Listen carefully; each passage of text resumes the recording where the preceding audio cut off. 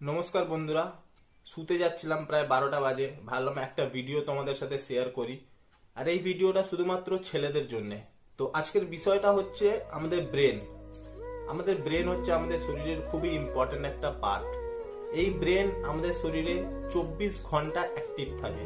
আর সব থেকে বড় কথা, আমাদের এই ব্রেনে যদি কোনোভাবে কোনো রকম আঘাত লাগে পরে কিন্তু বড় একটা সমস্যা দেখা দিতে পারে।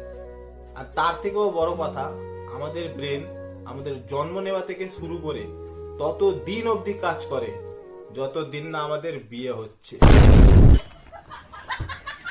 তুমি কি মিন করতে চাইলে? তার মানে আমার সাথে বিয়ে হওয়ার পর তোমার ব্রেনটা কাজ করছে না?